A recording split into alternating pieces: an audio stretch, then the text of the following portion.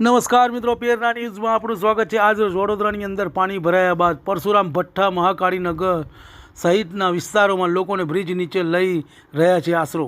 બહાર નીકળતી વખતે જેટલો સામાન લઈને નીકળી શકાતું હતું એટલો સામાન લઈને નીકળ્યા છે। લોકો બ્રિજની નીચે છેલ્લા 3 દિવસથી લોકો રહી રહ્યા છે, પરંતુ મહાનગરોનું તંત્ર છે જાણ। સંસ્થાઓને તેમને પહોંચાડી રહી છે ભોજનની વ્યવસ્થા। લોકોને કહેવું છે કે મહાનગરપાલિકાથી કોઈપણ લોકોને હજુ સુધી નથી મળ્યા। આ સમાજ સેની સંસ્થાઓ તેમને જમવાનું તો પૂરું પાડે છે, પણ નાના બાળકો પણ બીમાર છે, તેમને પણ હજુ સુધી પહોંચી નથી દવા। લોકો કહે છે એમના ઘરે સંપૂર્ણપણે વિશ્વામિત્રીના પૂરમાં તણાઈ ગયા છે, પરંતુ હજુ સુધી કોઈ સત્તાધીશો તેમને મળવા આવ્યા નથી। રિપોર્ટ યતિન વાડન। તમને અમારા સમાચાર પસંદ આવ્યા હોય તો લાઇક, શેર, બેલ આઇકોન અને સબસ્ક્રાઈબ કરો।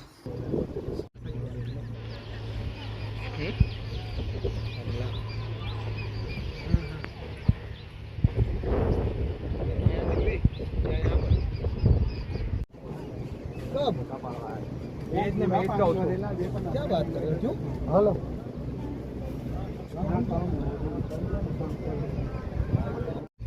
सच गया ना, ये सब तो सच गया ना।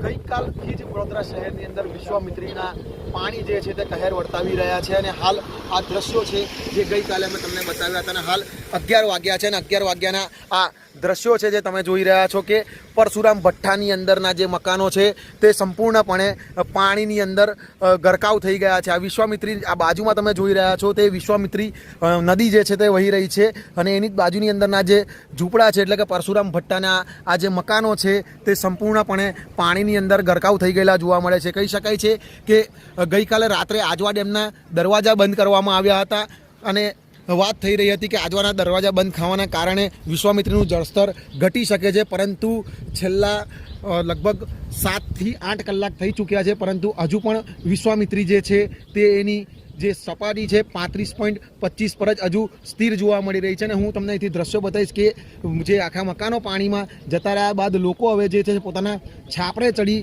અને પોતાનું જીવ બચાવવાના પ્રયાસો જોઈ રહ્યા છો। પરશુરામ ભઠ્ઠાની અંદર એક વ્યક્તિ જે છે તે છાપરે ચડેલો દેખાઈ રહ્યો છે, કારણ કે આ તમામ જગ્યાઓ પર હાલ પાણી જ પાણી થઈ ચૂક્યું છે।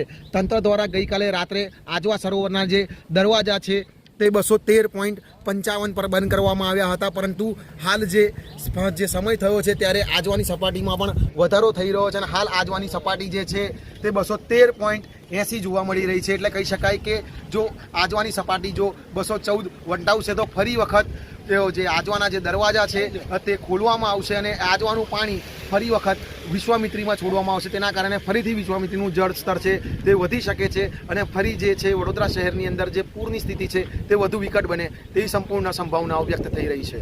અંકિત ગોંડશીકર, ન્યૂઝ કેપિટલ, વડોદરા।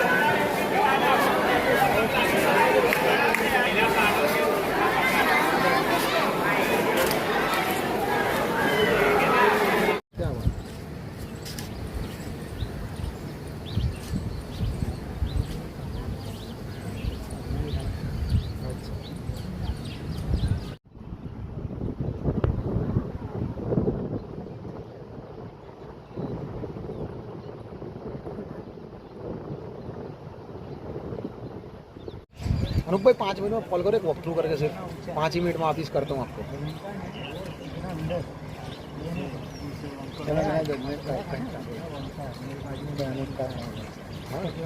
बात करने डिजाइन दे देंगे